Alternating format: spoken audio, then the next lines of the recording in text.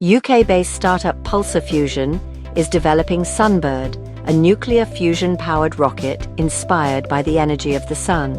Designed to reach speeds of 329,000 miles per hour, it could reduce travel to Mars from 7 months to just 30 days. Pulsar plans to test its direct fusion drive in space by the year 2027. Though each rocket may cost $70 million, Sunbird's speed, reusability, and potential applications in cargo transport, asteroid mining, and deep space missions mark a major leap in space technology.